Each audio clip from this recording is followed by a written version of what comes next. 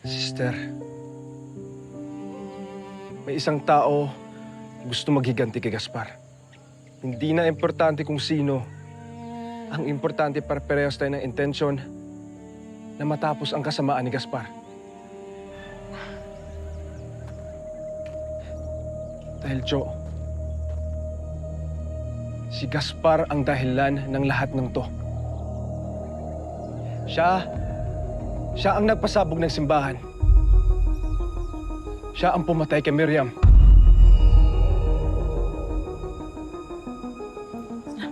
Paano nalaman to? Nakalaban ko si Dwayne nang pasukin ko ang mundo ng mga Mireles.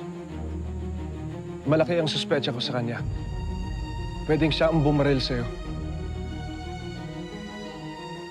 Kaya simula nung nawala ka, minanmanan ko ang bawat kilos ni Dwayne para malaman kung sino ang mastermind ng lahat ng to. Si Dwayne ang common denominator ng lahat ng to. Yung heist, yung pagpatay kay Sergeant Tomas, pati ang CCTV footages. Nakita magkasama sila ni Rick, ang nagplanta ng bomba sa simbahan. At ang lahat ng ito, iisa lang ang tao ang pwedeng mag-utos. Si Gaspar. Matagal na tayo minamatyagan niya ni Dwayne. Pati yung roving school natin. At siya rin ang kasama ni Gaspar sa buro ni Miriam. Nagulat nga ako na pati ang roving school natin alam ni Gaspar. Tama, sister. Tama kayo na hinala. Si Dwayne ang totoong kanang kamay ni Gaspar. Ang bato ni Joshua.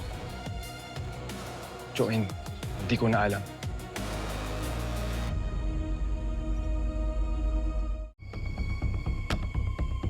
Kaya kailangan ko nang gawin to, Jo. Haharapin ko na si Gaspar, kailangan ko siya mapaamin. Para matigil na yung kademonyohan niya. At mabigyan ng hustisya ang anak mo. Aaron, paano mo ito gagawin? Paano mo makukuha ang confession ni Gaspar? Sister, may nakarating sa aming impormasyon. Magkakaroon ng party ng mga leader ng sindikato sa mansyon ni Gaspar. Doon ko siya susugurin. Doon ko siya mapapaamin. Paano ikaw lang mag-isa? Para wala na madamay iba pa. Naku, delikado yung gagawin mo, Aaron. Hindi po pwede yan. Pero sister, Tama si Sister Aaron. Parang hindi mo kasi ito laban eh. Ako yung namatayan ng anak eh. Laban ko to para kay Miriam.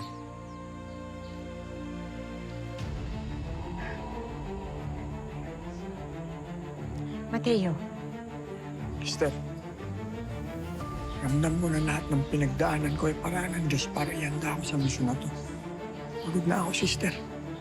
Kailangan ako na humarap kay Gaspar. Pagod na ako, Sister, magtago.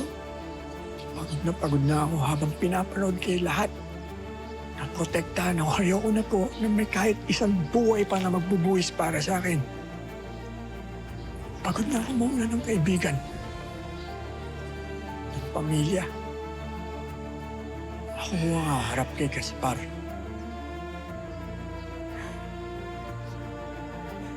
Labang ko to bilang isang ama at asawa na nawalan ng pamilya dahil kay Gaspar. Kaya kailangan kaming magharap. Ako magpapaamin sa kanya. Ako ang kukuha ng confession niya.